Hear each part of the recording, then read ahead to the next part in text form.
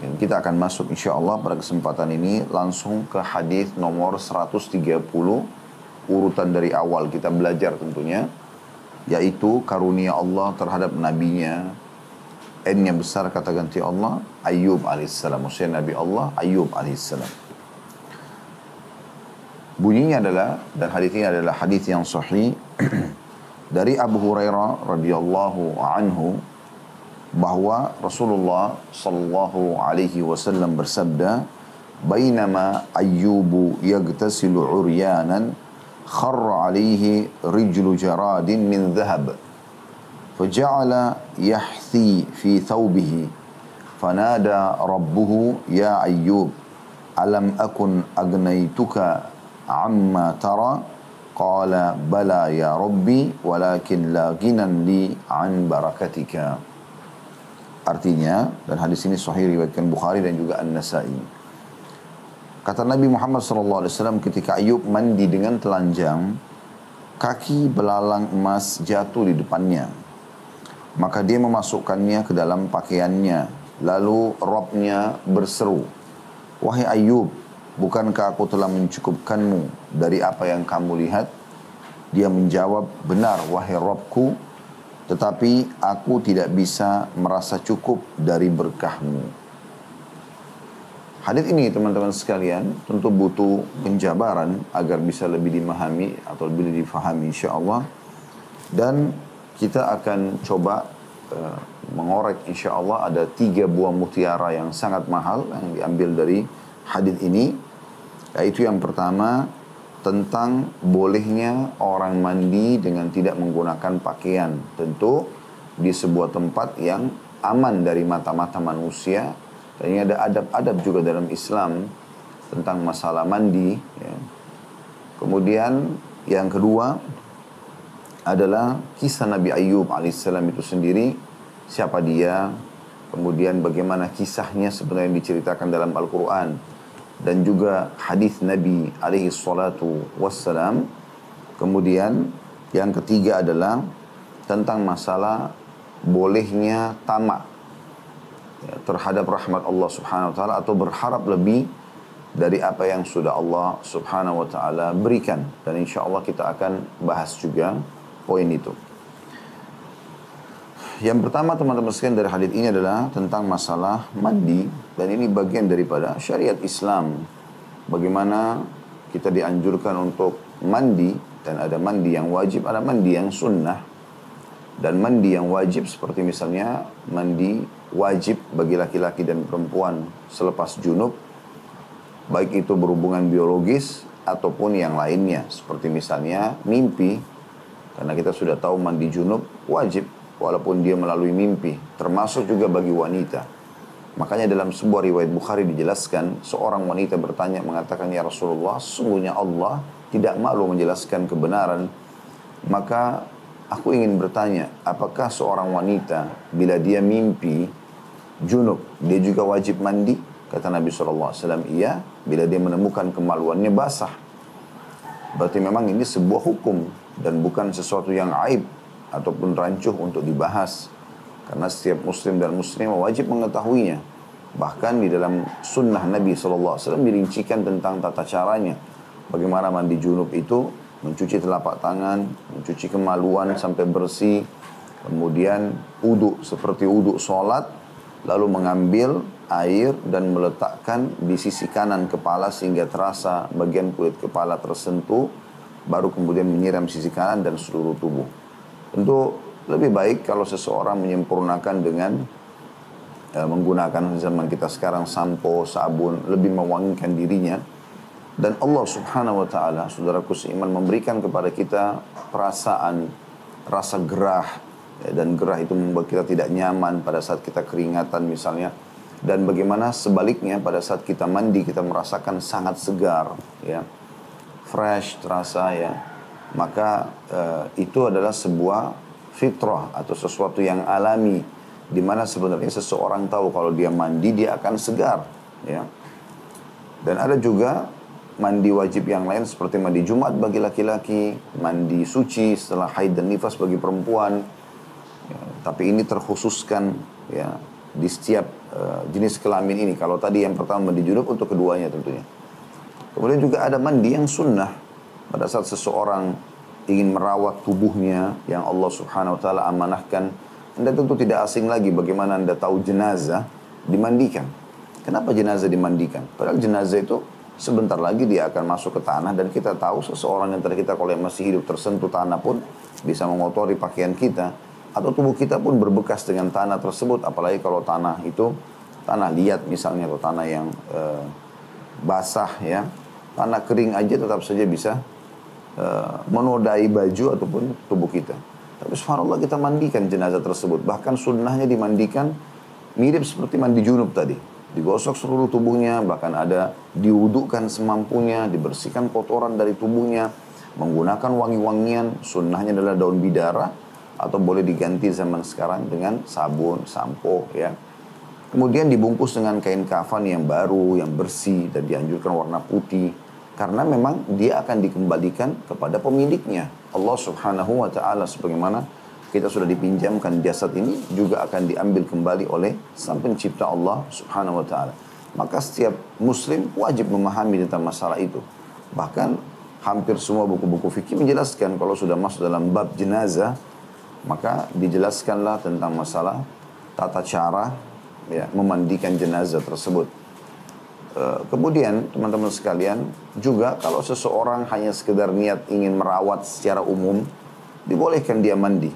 Bahkan beberapa kali mandi pun dalam sehari boleh. Bagaimana Nabi SAW memberikan perumpamaan tentang sholat 5 waktu. Apa kata beliau dalam hadis yang sahih? Bagaimana kalau di rumah seseorang di antara kalian, di depan rumah seseorang di antara kalian terdapat sungai yang mengalir dengan deras. Lalu dia mandi sehari 5 kali. Apakah tertinggal ya, kotoran di tubuhnya? Maka para sahabat mengatakan tentu tidak ada ya Rasulullah. Kalau sehari orang mandi sampai 5 kali luar biasa gitu. Maka kata Nabi SAW begitulah perumpamaan 5 waktu sholat subuh, duhur, asar, maghrib, isya akan membersihkan dosa-dosa ya, seseorang. Tapi ada perumpamaan Nabi SAW mengatakan sehari mandi 5 kali. Tentu ini bukan mutlak langsung diambil seperti itu, tapi bisa saja seseorang artinya tidak dibatasi mengambil sebuah hikmah, tidak dibatasi mandi selama dia butuhkan masalah itu. Tentu juga tidak boleh berlebihan, mubadzir ya.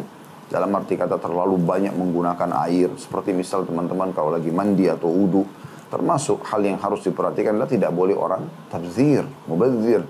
Misalnya keran Anda jalankan sehingga air terbuang sangat banyak. Ya, sementara Anda masih menggosok badan misalnya dengan sabun atau menggosok kepala dengan sabun ya, dengan sampo maksud saya. Tentu ini lebih baik kerannya dimatikan dulu. Tentu kecuali dalam keadaan tertentu ya, seperti misalnya memang di musim dingin atau Anda lagi kedinginan Anda menggunakan air panas yang kalau Anda tutup kerannya mungkin ya akan membuat airnya ditunggu lagi untuk panas gitu kan. Nah, oke, itu mungkin ya, di situ Anda mungkin bisa membiarkan, tapi dengan cepat Anda melakukan pembersihan tubuh tersebut. Ya. Intinya teman-teman, usahakan pada saat niat mengerjakan sesuatu yang mubah pun, mandi asalnya mubah. Mirip juga makan mubah.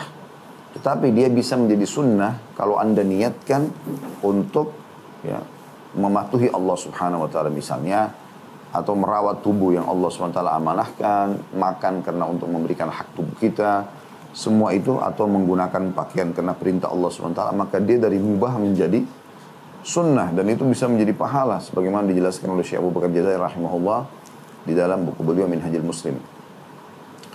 Dan boleh saja seseorang di kamar mandi, kalau di rumahnya, dia dengan tidak menggunakan pakaian supaya maksimal dalam membersihkan tubuhnya, terutama kalau dia mandi-mandi wajib, kayak junub, bersih dari haid, dia butuh untuk semua sisi tubuhnya, bahkan ya di antara jari-jarinya butuh diselat-selatkan air, di lipatan-lipatan, ya sisi depannya, lawannya siku, kemudian juga di antara atau bagian belakang lutut, di antara paha dan paha belakang dengan betis, kemudian jari-jari kaki, ini lipatan-lipatan atau bagian ketiak dibutuhkan untuk digosok bagiannya dengan air supaya air itu merata ya, menyentuh semuanya sehingga maksimal dalam mematuhi Allah Subhanahu wa taala berhubungan dengan masalah mandi ini tentunya. Dan ini tentu ada hal-hal lain juga yang perlu diperhatikan, seperti misalnya kalau masuk kamar mandi dengan kaki kiri dan membaca doa Allahumma inni a'udzubika minal khubuthi wal khaba'ith, ya Allah jauhkanlah aku dari syaitan laki-laki dan syaitan perempuan. Pada saat keluar Anda membaca dengan kaki kanan, tentunya keluar membaca ghufranak, pengampunanmu hai Tuhanku. Jangan lupa menggunakan sikat gigi dan juga termasuk bisa diniatkan sebagai pengganti siwak sehingga ada pahalanya. Jadi semua ini adalah bagian daripada syariat. Begitu juga bagaimana rambut disisir dengan rapi, sebagaimana Nabi SAW sering contohkan, bahkan digambarkan oleh para sahabat. Beliau pernah terlihat oleh para sahabat selepas mandi dan menyisir rambutnya dengan rapi. Ini adalah semua bagian daripada hal-hal yang satu rangkaian yang tidak bisa dipisahkan. Kenapa saya bahas ini teman-teman? Karena ada potongan hadis Nabi SAW, Ayub mandi dalam kondisi urian atau tidak menggunakan pakaian. Karena ada orang, walaupun di kamar mandi rumahnya mungkin dia masih menggunakan kain tertutup. Ya. Padahal sebenarnya dia sudah tutup dengan dinding kamar mandi. Berbeda kalau dia di tempat umum. Sekaligus juga kita ingatkan, tidak boleh justru membuka pakaian di tempat umum. Ini dilarang tentunya. Seperti sebagian masyarakat kita di pedesaan, kalau mandi di sungai, di kali, kadang-kadang mereka, terutama kaum wanita, yang seringkali terbuka aurat mereka. Walaupun mereka menggunakan kain, sarung, dari bagian dada sampai ke paha, tapi juga bagian yang lainnya tetap terbuka. Dan ini subhanallah, tradisi ini pernah terjadi di musim haji. Ya, beberapa jemaah kita, yang subhanallah mereka pergi haji, mandi dalam kondisi seperti ini, ya, di daerah Arafah. Tempat di mana harusnya lebih maksimal ibadah kita karena puncak haji di situ. Jadi pada saat mereka mandi, mereka ikutin tradisi mereka di pedalaman dan ini tidak boleh tentunya. Ya, karena mereka anggap itu bukan sebuah pelanggaran ya, padahal sebenarnya ini adalah pelanggaran. Baik, yang kedua teman-teman sekalian yang menjadi inti bahasan kita sebenarnya di poin 2 dan poin 3, yaitu tentang masalah Nabi Ayub alaihissalam. Ayub alaihissalam ini teman-teman sekalian, saya akan coba bacakan apa yang ditulis oleh Ibnu Katsir, ya, yang terkenal dengan tafsirnya, tafsir Quran Al-Azim. Beliau juga punya khusus membahas tentang kisah para nabi dan rasul. Maka di kisah Ayub alaihissalam ini beliau menjelaskan nasabnya Ayub adalah Ayub bin Amus bin Tawakh bin Rum bin Al-Aish bin Ishaq bin Ibrahim. Jadi beliau adalah cucu kesekiannya Nabi Ibrahim alaihissalam. Dan diperkirakan beliau hidup di tahun 1540 sampai 1420 sebelum Masehi. Ya, kurang lebih umurnya 140 tahun. Dan juga diperkirakan beliau diutus adalah tahun 1500 karena umumnya para nabi-nabi diutus di umur 40 tahun sebagaimana dijelaskan dalam sebuah riwayat. Dan kaum yang beliau dakwahi ada dua suku besar, suku Arami dan suku Amori. Dan kedua suku ini tinggal di daratan Hauran. Sekarang masuk wilayah Palestina tentunya ya. Di wilayah Palestina. Dan namanya disebutkan dalam Al-Quran sebanyak 4 kali. Dalam beberapa, atau Ibnu Katsir menyebutkan dari beberapa referensi, beliau dikaruniahi 26 orang anak. Dan Ayub ini sangat terkenal sekali dengan ketampanannya, kekayaannya, ya, kedermawanan, dan juga kesabarannya. Tapi yang paling dinukil adalah kesabarannya. Dan nanti kita bacakan insya Allah ayat-ayatnya berhubungan dengan masalah itu. Kemudian teman-teman sekalian, kita akan coba melihat dalil Al-Quran tentang pemastian dan penyebutan kalau Ayub alaihissalam adalah seorang utusan Allah subhanahu wa ta'ala. Yang pertama adalah teman-teman bisa melihat dalam surah Al-An'am, surah nomor 6 ayat 84. Bisa dibuka di aplikasi Al-Qurannya, Al-An'am, surah nomor 6 ayat 84. Ya. Setelah di ayat 83 Allah subhanahu wa ta'ala menyebutkan tentang nabinya Ibrahim alaihissalam. Bagaimana Allah subhanahu wa ta'ala. Saya bacakan dari ayat 83 lebih tepatnya. A'udzu billahi minasyaitonir rajim. Wa tilka hujjatuna atainaha Ibrahim ala qaumih. Narfa'u darajatin man nasha'. Inna rabbaka hakimun alim. Dan itulah hujjah kami yang kami berikan kepada Ibrahim untuk menghadapi kaumnya. Maksudnya bagaimana Nabi Ibrahim AS membantah mereka, menjelaskan tentang kesalahan mereka dalam menyembah berhala dan segala macam. Kami tinggikan siapa yang kami kehendaki beberapa derajat. Sesungguhnya Tuhanmu maha bijaksana lagi maha mengetahui. Maksudnya adalah Ibrahim juga AS termasuk orang yang Allah tinggikan derajatnya. Lalu ayat 84-nya, di sini Allah sebutkan tentang keturunannya dan disebut salah satu namanya adalah Ayyub alaihissalam. Ayat 84 yang berbunyi wa wahabna lahu Ishaq wa Yaqub kullan hadaina wa Nuhan hadaina min qabl wa min dzurriyyatihi Daud wa Sulaiman wa Ayyub wa Yusuf wa Musa wa Harun wa kadzalika najzil muhsinin. Dan kami telah menganugerahkan untuknya, untuk Ibrahim alaihissalam, Ishak dan Yaqub. Pertama Ishak, kemudian lahir dari Ishak, Yaqub. Kepada keduanya masing-masing telah kami berikan petunjuk. Kami angkat menjadi nabi. Dan kepada Nuh sebelumnya juga, sebelum Ibrahim, telah kami juga berikan petunjuk. Dan kepada sebagian dari keturunannya, yaitu Daud, Sulaiman, Ayyub, Yusuf, Musa dan Harun. Demikianlah kami memberikan balasan kepada orang-orang yang berbuat baik. Jadi Ayyub termasuk disebutkan di sini salah satu dari nabi-nabi Allah Subhanahu wa taala. Tentu di ayat ini dua ayat setelahnya pun masih disebutkan tentang beberapa nama nabi ya, yang teman-teman nanti bisa baca. Saya akan ambil saksi bahasannya saja ya, yaitu sampai ayat 84. Kemudian Ibnu Katsir mengangkat dalil selanjutnya adalah surah An-Nisa, surah nomor 4 ayat 163. Surah nomor 4 ayat 163. Bunyinya a'udzubillahi minasyaitonir rajim, An-Nisa 163. Inna auhayna ilaika kama auhayna ila Nuhin wan nabiyyin min ba'di wa auhayna ila Ibrahim wa Ismail wa Ishaq wa Yaqub wal asbati wa Isa wa Ayyub. Ini saksi bahasan kita. Wa Ayyub wa Yunus wa Harun wa Sulaiman wa atayna Dauda zabura. Sesungguhnya kami benar-benar telah memberikan wahyu kepadamu, hai Muhammad. Dan ini jelas penekanan bahwasanya Nabi Muhammad SAW adalah salah satu dari nabi-nabi dan rasul Allah. Sebagaimana kami telah memberikan wahyu kepada Nuh dan nabi-nabi yang kemudian datang setelah Nuh. Dan kami telah memberikan wahyu pula kepada Ibrahim, Ismail, Ishak, Yaqub dan anak cucunya. Di antara anak cucunya siapa? Isa, Ayyub, Yunus, Harun dan Sulaiman, dan kami berikan Zabur kepada Daud. Saya ingin tambahkan dua ayat setelah ini agar lebih menambah khazanah dan pengetahuan kita tentang masalah para nabi-nabi dan rasul. Dalam sebuah riwayat Al-Hakim dalam Mustadraknya, Nabi SAW menyebutkan Allah mengutus 124 ribu nabi, diantaranya 313 rasul. Cuma yang anda harus tahu adalah 25 nabi dan rasul. Ya. Makanya Allah SWT sebutkan di ayat 164, kalau tidak semua nabi dan rasul Allah ceritakan untuk kita. Tapi yang terpilih oleh Allah SWT 25 nabi dan rasul. Di antaranya Ayyub alaihissalam. Allah sebutkan di 164-nya, masih sama surah An-Nisa, lanjutan ayat tadi, wa rusulan qad qasasnahum 'alaika min qablu wa rusulan lam naqsushum 'alaik wa kallamallahu Musa taklima. Dan kami telah mengutus rasul-rasul yang sungguh telah kami kisahkan tentang mereka kepadamu dahulu, dan rasul-rasul yang tidak kami kisahkan tentang mereka kepadamu. Maksudnya kepada Muhammad Muhammad, kalau Nabi Muhammad SAW saya tidak diceritakan, apalagi kita umatnya. Dan Allah telah berbicara kepada Musa secara langsung.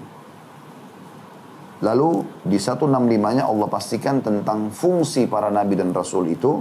Allah berfirman, rusulan mubashirina wa munzirina li alla yakuna linnasi 'ala Allah hujjatun ba'da rusul wa kana Allahu azizan hakima.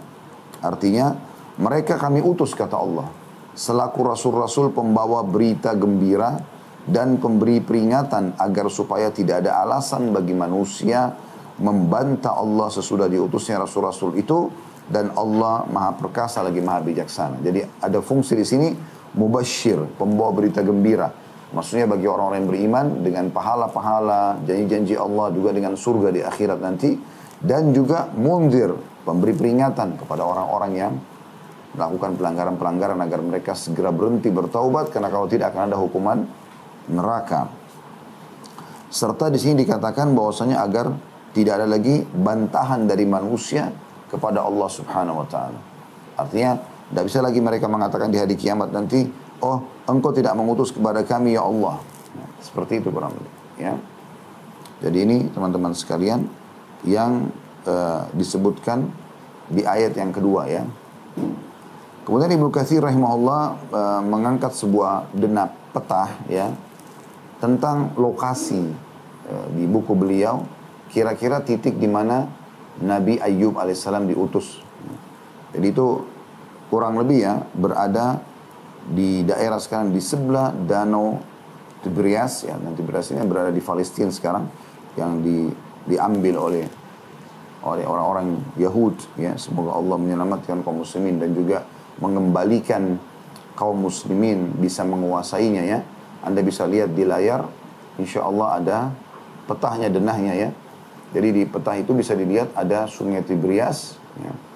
Dan di sebelah kanannya sungai Tiberias itu ada sebuah titik dekat Sahal Hauran.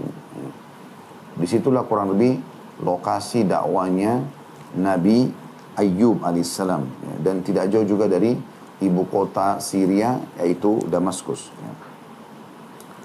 Baik, kemudian ayat yang selanjutnya diangkat juga oleh Ibnu Katsir rahimahullah, yaitu tentang bagaimana kisah Nabi Ayyub diangkat di dalam Al-Quran. Beliau angkat surah Al-Anbiya, surah nomor 21 ayat 83 sampai 84. Yang berbunyi, A'udzu billahi minasyaitonir rajim wa ayyuba idh nada rabbahu anni massani yadhurru wa anta arhamur rahimin. Fastajabna lahu fakashafna ma bihi min dur wa atainahu ahlahu wa mithlahum ma'ahum rahmatan min indina wa dzikra lil 'abidin. Artinya, dan ingatlah, maksudnya ingat, pelajarilah kisah Ayyub ketika dia berdoa kepada Rabb-Nya. Dia berkata, ya Rabbku, wahai penciptaku, sungguh aku telah ditimpa penyakit, padahal engkau Rabb yang maha penyayang dan dari semua penyayang, atau semua yang penyayang. Maka kami kabulkan doanya dan kami lenyapkan penyakit yang ada padanya dan kami kembalikan keluarganya kepadanya dan kami lipat gandakan jumlah mereka sebagai suatu rahmat dari kami dan untuk menjadi peringatan bagi semua yang menyembah kami. Saya bacakan dulu ayatnya, baru nanti kita insya Allah masuk ke kisah beliau alaihi salatu wassalam, yaitu ayat yang selanjutnya di dalam surah Shad. Surah Shad, surah nomor 38 ayat 41 sampai 44. Sekali lagi surah Shad, surah nomor 38 ayat 41 sampai 44. Bunyi ayatnya adalah, A'udzu billahi minasyaitonir rajim. Bismillahirrahmanirrahim. Wadhkur 'abdana Ayyuba idh nada rabbahu anni massani asyaitanu binusbin wa 'adzab. Urqut birijlika hadza mughtasalun baridun wa syarab. Wa wahabna lahu ahlahu wa mithlahum ma'hum rahmatan minna wa dhikra liulil albab. Wa khudh biyadika digithan fadrib bihi wa la tahnath inna wajadnahu sabira ni'mal abdu innahu awwab. Artinya, dan ingatlah, sama tadi, pelajarilah ya, tentang kisah hamba kami Ayyub ketika dia menyeru Rabb-Nya berdoa, mengatakan sesungguhnya aku diganggu oleh syaitan dengan penderitaan dan bencana. Lalu Allah berfirman kepadanya, hentakkanlah kakimu, inilah air yang sejuk untuk mandi dan untuk minum. Dan kami anugerahkan dia dengan mengumpulkan kembali keluarganya dan kami lipat gandakan jumlah mereka sebagaimana sebagai rahmat dari kami dan pelajaran bagi orang-orang yang berfikir sehat atau berpikiran sehat. Dan ambillah seikat rumput dengan tanganmu, lalu pukullah dengan itu dan janganlah engkau melanggar sumpah. Sesungguhnya kami dapati dia Ayub seseorang yang sabar. Dialah sebaik-baik hamba. Sungguh dia sangat taat kepada Allah. Baik, ini kurang lebih ayat yang diangkat oleh Ibnu Katsir rahimahullah dalam kisah para nabi dan rasul. Kita coba lebih dalam teman-teman menggeluti dan mendalami tentang kisah Nabi Ayub alaihissalam. Ayub alaihissalam adalah nabi yang terhitung dari urutan 25 itu urutan ke-12 ya. Dan beliau sangat dekat dengan Yusuf alaihissalam ya, artinya di atas beliau adalah Nabi Yusuf. Bahkan dinukil dalam beberapa referensi beliau ini menikah dengan cucunya Nabi Yusuf, istrinya yang bernama Rahmah ya. Dan ini terkenal sekali istrinya dengan kesolehannya dan kesabarannya pada saat Nabi Ayub diuji nanti. Dan setelah beliau ada anaknya Zulkifli atau Zalkifli adalah nabi juga. Dan setelah itu ada Syuaib, ada Musa ya, yang datang di urutan setelahnya. Jadi beliau di atas Nabi Musa alaihissalam ya. Dan Nabi Ayub alaihissalam ini seorang nabi yang mulia yang Allah subhanahu wa ta'ala utus kedua suku tadi yang sudah kita sebutkan. Dan dia diberikan oleh Allah subhanahu wa ta'ala kelebihan yang sangat luar biasa. Diberikan ketampanan, istrinya juga cantik ya, kemudian punya keturunan banyak. Dalam beberapa athar disebutkan beliau punya 12 orang anak laki-laki, semuanya tampan-tampan, semuanya pintar-pintar. Kemudian Allah pun memberikan dia segala macam jenis harta. Jadi dia punya peternakan yang sangat banyak, dia juga punya perkebunan ya, sehingga menjadi pada saat itu dia orang terkaya di wilayahnya. Jadi dia sudah menjadi seorang nabi, dikaruniakan kelebihan fisik, ya sangat tampan, tinggi, putih, ya keturunannya banyak, apalagi mayoritasnya laki-laki semua yang memang bisa mewarisi beliau. Salah satunya nanti jadi tentu ada nanti anaknya menjadi nabi yaitu Zulkifli, tapi bukan yang 12 awal, tapi nanti akan ada yang lahir setelah 12 itu meninggal dunia dalam ujian atau pada saat datang ujian Allah Subhanahu wa taala. Juga dia termasuk orang yang kaya raya. Dan Anda bisa bayangkan sudah punya kelebihan fisik, diangkat menjadi seorang nabi yang berarti juga dia raja pada saat itu karena dia memimpin manusia. Kemudian kaya raya, memiliki keturunan dan seterusnya. Berjalanlah kehidupan beliau tentu penuh dengan kedermawanan, penuh dengan kesolehan yang luar biasa. Dan saya setelah melusuri beberapa referensi, tidak menemukan ada riwayat sahih yang menjelaskan tentang pelanggaran beliau sehingga datang ujian tersebut. Tetapi ada beberapa yang dinukil dari beberapa referensi tentang sebab beliau diuji. Iblis berkata kepada Allah Subhanahu wa taala, mengatakan, "Ya Allah, sesungguhnya engkau atau Ayub ini menjadi orang yang saleh karena engkau limpahkan banyak sekali harta padanya, sehingga dia bisa berbuat kebaikan dengan hartanya tersebut." Ya. Karena iblis tidak bisa menggoda Ayub alaihissalam. Pada saat dia kaya raya, digoda untuk tidak bersedekah, tidak berbuat baik, nggak ada pengaruhnya pada beliau. Karena Allah SWT mengatakan, innahu awwab. Dalam akhir ayat tadi disebutkan artinya orang yang sangat patuh kepada Allah Subhanahu wa taala. Jadi itu ciri hampir semua nabi-nabi dengan julukan atau diberikan predikat awwab ini. Orang yang sangat patuh, pokoknya Allah perintahkan dikerjakan apapun konsekuensinya, Allah larang ditinggalkan apapun konsekuensinya. Maka Allah Subhanahu wa taala memperlihatkan kepada iblis dengan menguji. Ujiannya adalah Allah Subhanahu wa taala mengangkat harta itu dari Ayub alaihissalam. Kurang lebih 18 tahun atau 20 tahun beliau dalam keadaan nikmat yang luar biasa. Kemudian di hari pertama tahun ke-21 Allah Subhanahu wa taala menguji Ayub alaihissalam. Dan ujiannya tidak tanggung-tanggung. Hari pertama Allah Subhanahu wa taala menguji dengan matinya seluruh hewan ternaknya, perkebunannya juga hancur, gitu kan? Sehingga dalam satu hari seluruh harta yang dia miliki habis. Di hari kedua Allah Subhanahu wa taala habislah harta tersebut ya. Kemudian ditemukan Ayub alaihissalam tidak berbicara apapun. Artinya tidak mengatakan, ya Allah kenapa terjadi, tiba-tiba dia berdoa sama Allah minta supaya dikeluarkan dari permasalahan. Tidak. Nabi Ayub alaihissalam bersyukur kepada Allah, kemudian menganggap itu adalah sesuatu yang luar biasa. Bahkan dalam beberapa athar disebutkan, pada saat musibah itu datang dan disampaikan oleh beberapa orang pegawai beliau, maka beliau langsung sujud kepada Allah subhanahu wa ta'ala, justru makin dekat kepada Allah. Justru lebih mendekatkan diri kepada Allah subhanahu wa ta'ala. Maka Iblis pun berkata, ya Allah, ya, setelah Allah subhanahu wa ta'ala membanggakan Ayub, ya, kalau dia tidak melakukan, ternyata dia tidak tergoda, walaupun hartanya sedang diuji. Maka Iblis mengatakan, ya Allah, mungkin dia karena masih memiliki nikmat di tubuhnya, di keturunannya.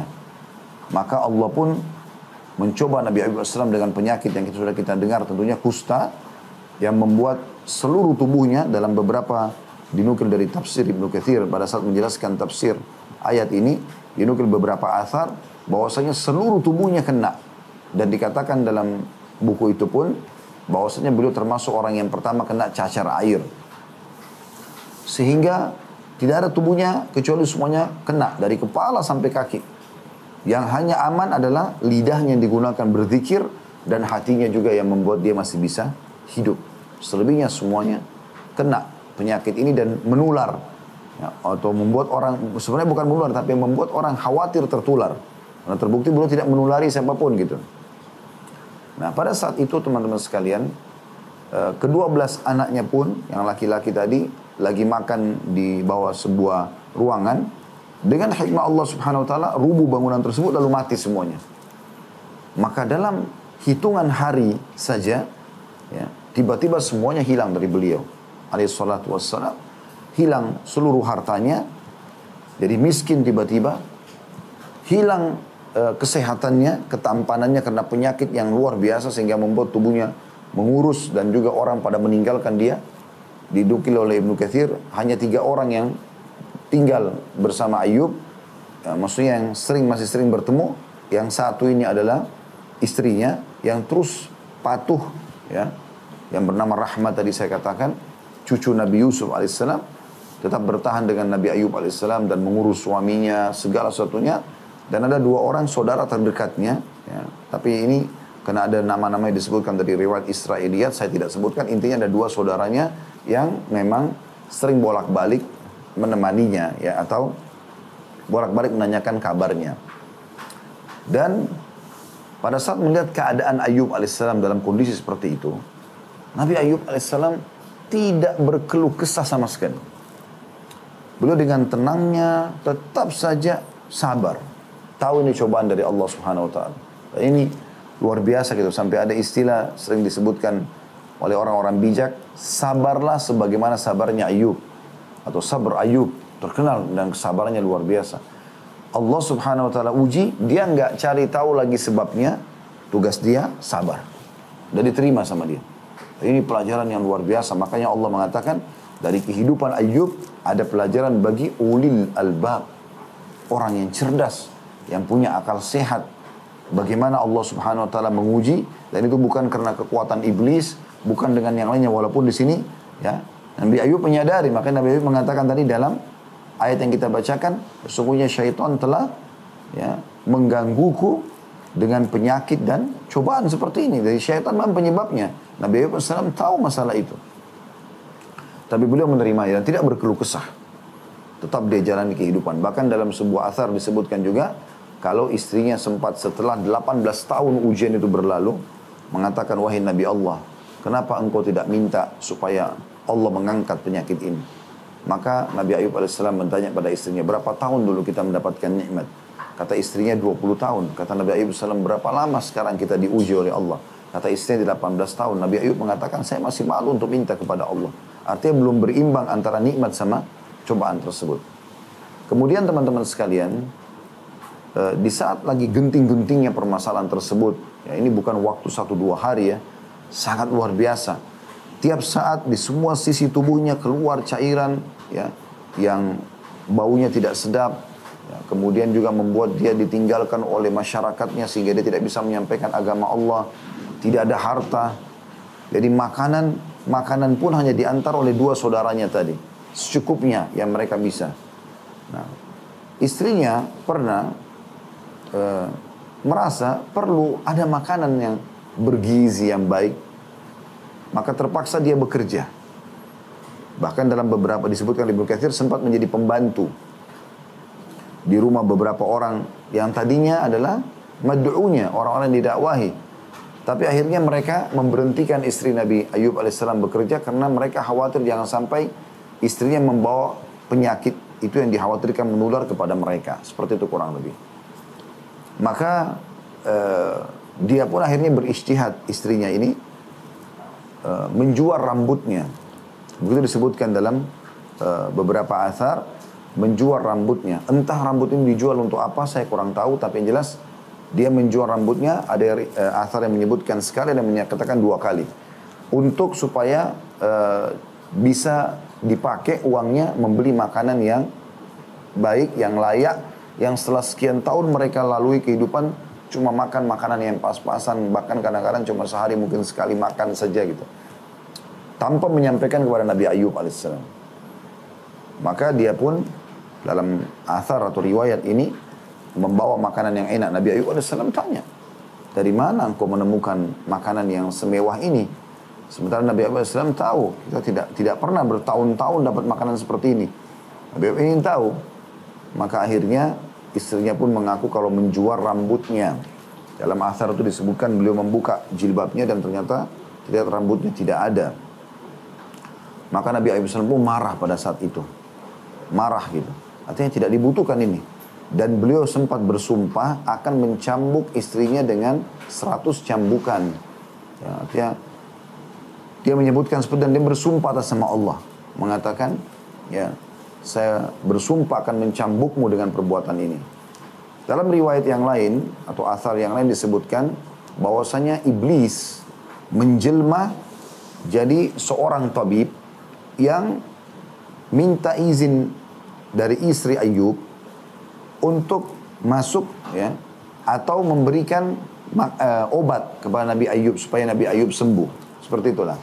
Dan Nabi Ayub selama adalah seorang nabi, dapat wahyu kalau itu adalah iblis. Maka dia pun menolak pada saat itu dan akhirnya menyatakan bahwa dia akan mencambuk istrinya dengan 100 cambukan. Kenapa mengizinkan iblis untuk mencampuri urusan ini? Padahal sebenarnya ini murni ujian dari Allah Subhanahu wa taala. Seakan-akan beliau mengatakan saya akan sabar sampai masalah ini diangkat oleh Allah. Setelah itu teman-teman sekalian, istri Nabi Ayub, ya, setelah berjalan sekian lama pergi meninggalkan Nabi Ayub alaihissalam. Dalam sebuah athar ini juga semua disebutkan oleh Ibnu Katsir rahimahullah, dia meninggalkan Nabi Ayub alaihissalam, tapi karena dia juga tidak bisa sabar meninggalkan suaminya, dia pun kembali. Kuasa Allah Subhanahu wa taala pada saat istrinya meninggalkan beberapa waktu, tidak disebutkan apakah itu hari, apakah itu kalau kita sekarang mungkin jam, yang jelas dia meninggalkan Nabi Ayub alaihissalam. Maka Nabi Ayub pun berdoa mengucapkan tadi yang kita baca itu, ya Allah, sungguhnya aku telah ditimpa penyakit seperti ini. Tadinya istrinya yang ngurus dia, sampai buang air pun diurus oleh istrinya segala macam. Sekarang istrinya nggak ada. Aku telah ditimpa penyakit, tapi karena adabnya luar biasa kepada Allah SWT, dia tidak mau mengatakan, ya Allah ini sudah 20 tahun nih saya tersiksa, atau 18 tahun saya tersiksa. Sembuhkan saya. Enggak. Dia cuma mengatakan, Rabbi anni massani yadhur wa anta arhamur rahimin. Wahai Tuhanku, aku telah ditimpa penyakit seperti ini, tapi kau adalah zat yang maha penyayang. Jadi maksudnya, seakan-akan Nabi Ayub AS mengatakan, kalau engkau mau menyembuhkan aku, sembuhkan ya Allah. Kalau memang kamu ingin masih mengujiku, aku akan menerimanya. Maka tadi dalam ayat juga yang kita baca, Allah pun akhirnya memerintahkan dia untuk menyentakkan kakinya ke tanah. Maka keluarlah sumber mata air yang Allah Subhanahu wa taala mengatakan adalah air untuk kamu mandi, air yang sejuk untuk kamu mandi dan minum, ya. Maka Nabi Ayub alaihissalam pun meminum air tersebut, ya, kemudian juga memakai mandi, ya, dipakai mandi. Dengan seketika pada saat itu seluruh penyakit Nabi Ayub alaihissalam hilang. Bahkan dalam riwayat-riwayat disebutkan dia kembali lebih tampan, lebih sehat dari 20 tahun yang lalu. Jadi bagaimana orang yang sudah tadinya keriputan, penuh dengan penyakit kulit dan segala macam, dan sekian puluh tahun atau belasan tahun dalam kondisi susah, tiba-tiba kembali bahkan lebih tampan, lebih segar, lebih bagus kulitnya daripada sebelum diuji. Bertepatan dengan itu terjadi, istrinya masuk ke dalam rumah. Lalu istrinya sempat mengatakan, wahai hamba Allah, di mana orang yang tadinya di sini yang diuji oleh Allah? Dia tidak tahu kalau itu suaminya karena perubahan yang terjadi luar biasa. Dan tidak masuk di akal dia sebagai manusia. Tiba-tiba Nabi Ayub menjadi begini. Maka Nabi Ayub AS tersenyum. Kemudian beliau mengatakan, inilah aku, Ayub. Maka istrinya mengatakan, Maha suci Allah yang telah melakukan ini, ya, yang telah memberikan kamu ini. Maka subhanallah, setelah itu Allah subhanahu wa ta'ala mengembalikan seluruh, ya, yang tadinya Allah ambil. Dan ini yang menjadi sebuah poin penting pelajaran dari kesabaran Ayub alaihissalam. Allah mengembalikan seluruhnya, keturunannya, kemudian juga hartanya, juga kesehatannya. Dan itu dalam hitungan hari. Di hari yang beliau mohon kepada Allah SWT tadi dikeluarkan mata air dekat ranjangnya, maka beliau pun sembuh dengan itu. Kemudian, ya, di hari yang selanjutnya, tersebar berita, istrinya langsung menyampaikan kepada kaumnya kalau Ayub alaihissalam sudah sembuh. Orang pada datang melihat, kayak nggak percaya. Ternyata mereka memang betul melihat Ayub alaihissalam sembuh. Bahkan Ayub lebih tampan, lebih rapi, lebih bersih daripada sebelumnya. Maka ada di antara mereka yang menyumbangkan harta-harta mereka.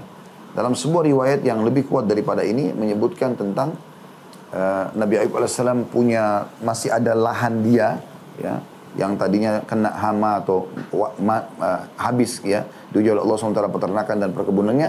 Allah Subhanahu wa ta'ala penuhi semua itu, ya, kembali dengan hikmah Allah Subhanahu wa ta'ala dengan kepingan-kepingan emas, ya. Ada riwayat menyebutkan seperti bentuk belalang-belalang tapi dari emas yang penuh, ya, di lokasi itu.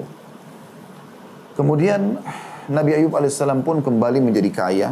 Dan Allah mengatakan dalam Al-Quran tadi yang kita bacakan, dan kami kembalikan seluruh yang dia miliki, termasuk keluarganya, dan kami lipat gandakan. Ya. Makna dilipat gandakan, Ibnu Katsir menyebutkan, ada yang dilipat gandakan dalam arti kata, Allah hidupkan kembali yang sudah mati, yang 12 orang, lalu Allah buat juga istrinya melahirkan. Ada juga yang mengatakan bahwasanya istrinya setelah itu hamil dan melahirkan anak 2 kali lipat dari jumlah yang sebelumnya. Tadinya 12, berarti sekarang menjadi 24 anak atau 26 anak. Sebagaimana tadi Ibnu Katsir sebutkan, sekitar 26 anak. Jadi bagaimana teman-teman sekalian pada saat ujian datang dari Allah Subhanahu wa ta'ala, kita harus bisa bersabar. Dan tingkatan sabar ini sama dengan, ya, syukur pada saat nikmat datang. Jadi bagaimana nikmat supaya bisa bertambah dengan bersyukur, maka cobaan datang bersabar. Ini solusi terbaik. Tidak akan pernah ada solusi yang lain. Dan pada saat cobaan lagi datang, kita tidak perlu lagi menanyakan kenapa terjadinya. Tapi tugas kita, oh ini gangguan, ini fitnah, ini ghibah, ini penyakit, ya udah, tugas kita bersabar. Tinggal kita jelaskan teman-teman apa sih makna sabar itu. Sabar itu adalah menerima keputusan Allah dan ikhtiar mencari jalan keluar. Jadi jangan sampai Anda memahami sabar, ngelus dada kemudian duduk manis. Tidak, bukan seperti itu. Tapi bagaimana Anda bangun tidur dalam kondisi flu, demam misalnya, maka Anda pada saat itu menerima dulu keputusan Allah Subhanahu wa ta'ala. Menerima dulu keputusan Allah Subhanahu wa ta'ala. Anda terima itu sebagai ujian dari Allah Subhanahu wa ta'ala, lalu Anda ikhtiar, ya. Ikhtiar dengan cara meminum, ya, obat misalnya atau konsultasi sama dokter. Ini semua hal-hal mendasar yang boleh dilakukan dan ini masuk dalam bab sabar. Jadi jangan sampai ada orang yang sakit kemudian dia berobat sana sini lalu Anda mengatakan oh, orang ini nggak sabar. Enggak, justru dia sabar. Yang penting dia menerima itu sebagai cobaan dari Allah SWT lalu dia ikhtiar. Dan itu yang dicontohkan juga oleh Nabi Ayub alaihissalam. Beliau tetap ikhtiar ini, bukan tidak ikhtiar. Beliau pada saat itu ikhtiar berobat sana, berobat ini, coba. Tapi beliau memang tetap ikuti dengan kesabaran. Bukan beliau, ya, tergopo-gopo, memprotes Allah dan segala macam. Dan Nabi SAW sudah sebutkan masalah itu. Kalau telah terjadi sesuatu, katakan la qaddarallahu wa ma syaa fa'al. Allah melakukan apa yang Allah sudah takdirkan, Allah melakukan apa yang dia inginkan. Dan jangan seorang dari kalian mengatakan, ya, lau, kalau seandainya. Karena lau atau kalau seandainya membuka pintu-pintu syaitan, membuka pintu syaitan. Jadi ini teman-teman sekalian hal mendasar yang harus fahami tentunya. Ya. Baik, ini kurang lebih gambaran umum tentang masalah Nabi Ayyub alaihissalam. Dan coba insya Allah kita kembali membaca lagi ayat. Ya, saya minta apa yang saya sampaikan tadi kita hubungkan dengan ayat yang tadi sudah kita baca. Ya. Coba saya bacakan kembali ayatnya. Kita mulai dari tadi Al-Anbiya surah nomor 21 ayat 83-84 ya, supaya Anda connect dengan kisah yang baru saya sampaikan tadi. Bunyinya a'udzubillahi minasyaitonir wa ayyuba idnada rabbahu anni massani yadur wa anta arhamur rahimin. Dan ingatlah atau pelajarilah kisah Ayyub pada saat dia memanggil kami, memanggil Tuhannya, berdoa bahwasanya aku telah ditimpa penyakit dan engkau adalah zat yang maha pengasih. Nah ini tadi di akhir ujian tadi beliau ya. Beliau tidak memprotes Allah SWT, beliau cuma mengatakan kau zat yang maha penyayang. Lalu Allah mengatakan fastajabna lahu, maka kami terima keinginan dia, doanya tadi. Jadi di sini juga pelajaran teman-teman sekalian, walaupun kita tidak menyampaikan hajat secara lisan, kalau kita sudah niatkan, Allah SWT tahu apa yang dalam hati manusia. Nabi Ayyub tadi niatnya ingin sembuh, tapi beliau cuma mengatakan kalimat santun kepada Allah SWT, tidak memprotes Allah. Maka kami terima itu. Fakashafna ma bihi min dur. Lalu kami hilangkan penyakit yang menimpanya. Bukan cuma itu. Wa atainahu ahlahu wa mithlahum ma'ahum. Dan kami kembalikan keluarganya. Dan kami lipat gandakan jumlah mereka. Rahmatan min indina. Sebagai kasih sayang dari sisi kami. Wa dzikra lil abidin. Nah ini buat kita nih potongan akhir ayat. Dan peringatan bagi orang-orang yang menyembah kami. Lihat bagaimana Allah memberikan pelajaran bahwasanya Allah akan mengembalikan semua itu. Ya, kalau seandainya Anda mematuhi Allah Subhanahu wa taala. Dan di sini juga teman-teman sekalian Anda perlu sadari bahwasanya Allah Subhanahu wa taala Maha Kuasa. Kalau Allah sedang memberikan ujian dan Anda sabar sampai di titik terakhirnya, maka pastikan teman-teman sekalian bahwasanya Anda pasti akan mendapatkan maksimal. Beda kalau di tengah jalan Anda sendiri sudah berkeluh kesah misalnya, ya, sangat beda tentunya. Nah, di sini Nabi Ayyub alaihissalam bersabar sampai akhir waktu di mana Allah uji. Ya, dan dia menikmati proses itu. Maka Allah pun memberikan tidak hitung-hitung ya. Tidak terhingga daripada nikmatnya. Kemudian tadi ayat yang di surah yang lain, surah Shad dari surah nomor 38 ayat 41 sampai 44. Saya bacakan kembali untuk mengonekkan dengan kisah tadi ya. Wadhkur abdana Ayyub. Ingat dan pelajarilah tentang hamba kami Ayyub. Idnada rabbahu anni massaniya syaitanu binusbin wa azab. Bahwasanya dia mengatakan sesungguhnya syaitan ya, aku telah diganggu oleh syaitan ya, dengan penderitaan dan bencana. Ini sudah kita jelaskan tadi ya, bagaimana riwayat yang menjelaskan atau athar menyebutkan iblis memang yang meminta kepada Allah agar diuji di sini ya. Lalu Allah mengatakan urqut birijlika, hentakkanlah kakimu tadi. Hadza mughtasalun baridun wa syarab, maka akan keluar mata air yang sejuk ya untuk kamu mandi dan minum. Wa wahabna lahu ahlahu wa mithlahum ma'ahum, lalu kami kembalikan keluarganya dan kami lipat gandakan jumlah mereka, maksudnya anak-anaknya tadi, rahmatan minna, sebagai rahmat dari kami, wa dzikra liulil albab, dan peringatan bagi orang-orang yang berakal sehat. Kalau tadi ayat yang sebelumnya ya, dzikra wa dzikra lil abidin, peringatan bagi orang yang menyembah kami. Lalu Allah mengatakan wa khudh biyadika digithan fadrib bihi wa la tahnath. Nah ini tentang kasus tadi, dia bersumpah atas nama Allah akan mencambuk istrinya karena salah satu dari dua kisah dari yang sudah kita sampaikan tadi. Apakah karena dia menjual rambutnya untuk mendapatkan makanan yang enak, atau memang dia mau mengizinkan iblis untuk memberikan obat yang sebenarnya itu bukan tujuannya untuk itu ya, hanya untuk mengganggu saya Nabi Ayyub alaihissalam. Maka karena dia sudah bersumpah atas nama Allah untuk mencambuk istrinya, maka Allah pun dengan 100 cambukan, maka Allah pun meringankan itu bagi dia dengan memerintahkan. Di sini Anda bisa baca tentunya ya. Dan Allah mengatakan, ambillah seikat rumput dengan tanganmu. Jadi rumput-rumput kecil, mungkin dikumpul sampai 100. Ya. Kemudian sekali cambuk saja, sudah cukup. Supaya tidak menyakiti istrinya. Karena Nabi Ayyub AS pun sebenarnya menyesal dengan itu. Tapi karena dia sudah bersumpah atas nama Allah, maka Allah mengatakan apa? Dan janganlah engkau melanggar sumpah. Nah ini karena dia sudah bersumpah di sini ya. Tentu kalau Anda baca begitu saja ayat ini Anda mungkin tidak memahaminya. Tapi bagaimana di sini memang dikuatkan dengan riwayat-riwayat ya. Kenapa? Sebabnya Allah Subhanahu wa taala memerintahkan wa khudh biyadika digithan, dan ambillah beberapa rumput yang disatukan dalam satu ikatan, fadrib bihi, maka pukullah. Siapa yang dipukul di sini? Maka di sini dimaksud adalah istrinya. Ya, wala tahnath, dan jangan kamu sampai melanggar sumpahmu. Karena kau sudah sumpah maka jalankan. Ini juga pelajaran penting teman-teman sekalian. Kalau kita tidak boleh melanggar sumpah, ya. Kalau kita sudah bersumpah sama Allah, dijalankan. Kecuali kalau itu bermaksud kepada Allah, nggak boleh.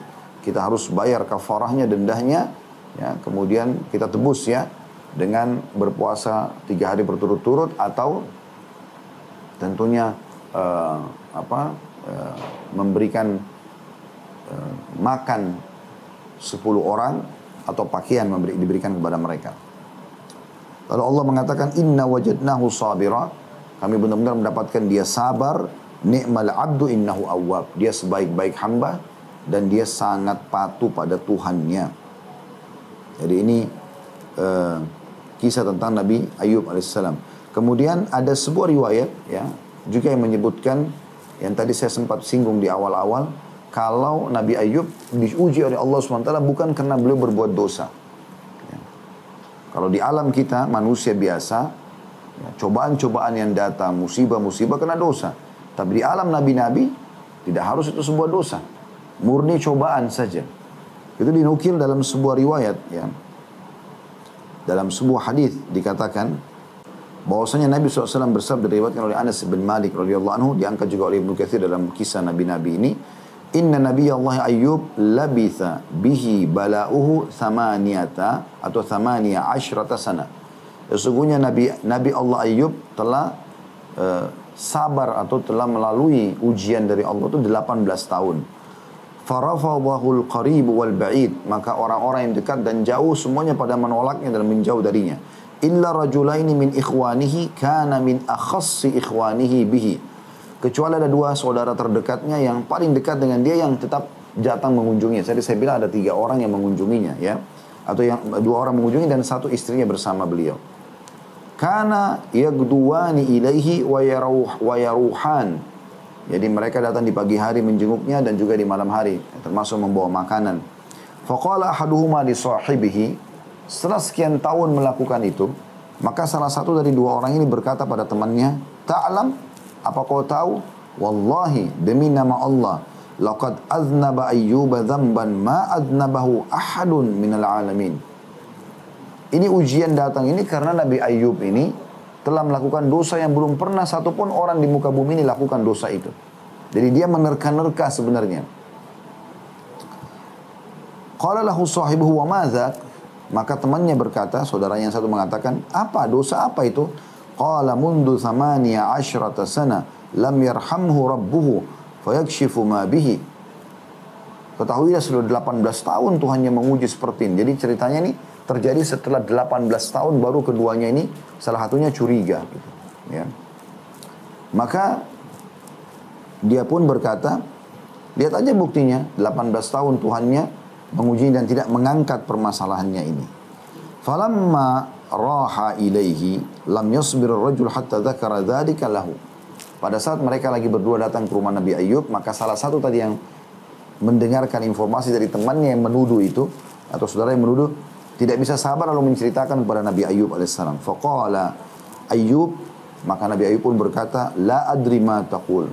Saya merasa tidak pernah, saya tidak tahu apa yang kau ceritakan ini. Maksudnya tentang pelanggaran yang saya lakukan.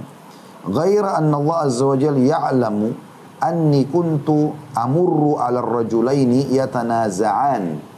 Kecuali ada satu memang perkara yang pernah saya rasakan, yaitu pernah saya lewatin ada 2 orang yang sedang bertengkar, ya. Fayadhkuranillah, maka mereka membawa-bawa nama Allah. Demi Allah gitu ya. Fa'arji'u ila baiti fa'ukaffiru anhuma. Maka saya pulang ke rumah saya, kemudian saya pun menebuskan sumpah mereka itu. Ya, kalau dalam Al-Quran diceritakan, berpuasa 3 hari untuk memberi makan 10 orang miskin ya. Maka Nabi Ayyub alaihissalam khawatir ini jangan sampai karena dua umatnya ini pakai-pakai nama Allah demi Allah lalu salah, maka beliau pun ijtihad dari beliau ya untuk menebus sumpah kedua orang ini. Menebus sumpah kedua orang ini dengan cara membayarkan ya, dengan niat baik tentunya. Karahiyatan an yuzkarallahu illa fi haqq. Khawatir jangan sampai mereka ini menggunakan nama Allah ya, atau salah, atau harusnya nama Allah digunakan dalam keadaan benar. Jadi hanya itu saja sebenarnya. Jadi bukan berarti ada masalah di sini ya. Jadi jelas sekali bagaimana hadits ini menjelaskan kepada kita bahwasanya Nabi Ayub alaihissalam tidak melakukan perbuatan yang salah. Perbuatan yang salah. Riwayat yang lain yaitu sabda Nabi SAW, wa kana yakhruj fi hajatihi fa idza qadaha amsakat imra'atuhu bi yadihi hatta yarji'. Kalau Ayub pergi menunaikan keperluannya dan setelah selesai ya, istrinya pun menuntunnya kembali. Falamma kana dzata yaumin abta'at alaihi. Satu hari istrinya ini telat mengurusnya. Fa'auha Allahu ila Ayyub fi makani anil qut birijlika hada muktasalun barirun wa syarab. Ini maknanya juga adalah tadi yang waktu istrinya pergi dan mau meninggalkan Nabi Ayub. Kalau riwayat ini menjelaskan dia pergi ada hajatnya dan telat mengurus Nabi Ayub. Nabi Ayub lagi butuh untuk menyelesaikan hajatnya. Maaf, buang air besar, buang air kecil gitu ya. Maka dia pun berdoa kepada Allah, maka Allah turunkan tadi firman-Nya tentang ada sentakan kakimu di tanah, keluar mata air dekat ranjangnya, kemudian dia bisa minum dan mandi, akhirnya sembuh semua penyakitnya dan jadi sehat kembali. Fastabta'athu fatalaqathu tanzur. Maka istrinya pun ini mendatanginya ya, kemudian melihat dengan penuh keheranan. Wa aqbala 'alaiha qad adhaballahu ma bihi minal bala'. Dan Nabi Ayub menghadap ke istrinya dalam kondisi semua sudah berubah total. Karena jadi sehat, jadi tampan, bahkan lebih tampan dari sebelumnya.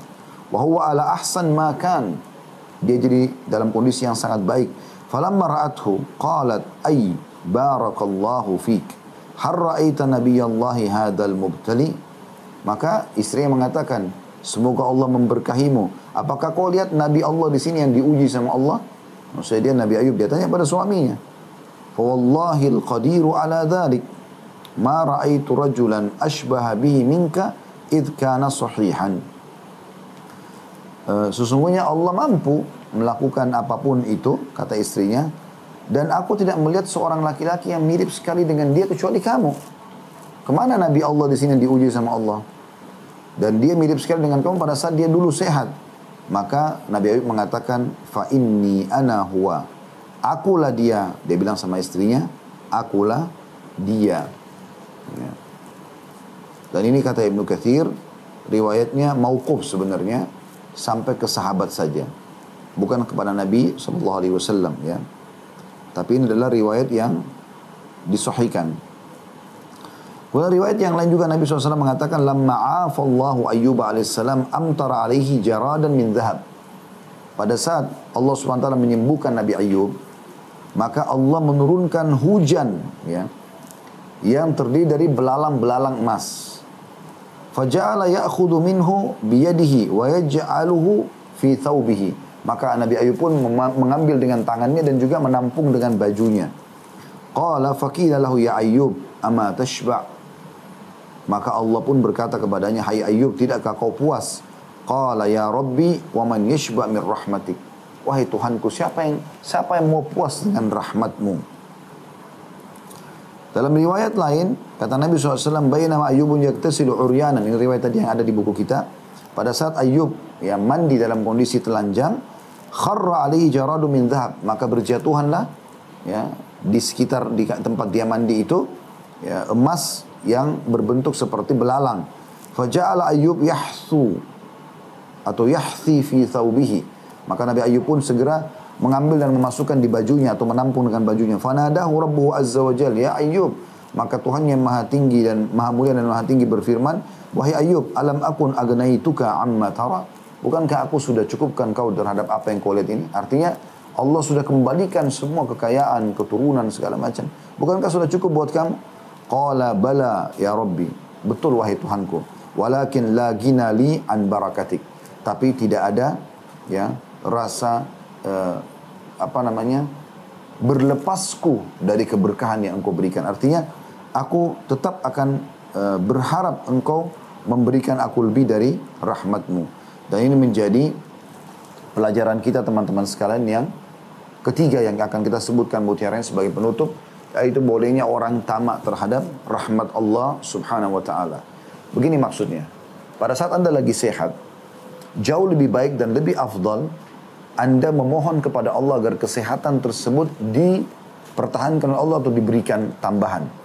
Anda punya keturunan, Anda punya harta, apa saja dari kenikmatan yang Allah siapkan, dari sesuatu yang halal, Anda boleh tamak dengan rahmat Allah.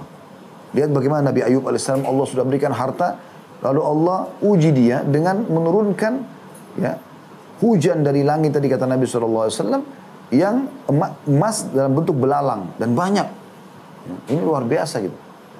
Mungkin tidak akan terjadi seperti itu, tapi kuasa Allah SWT terjadi pada zamannya Nabi Ayub AS.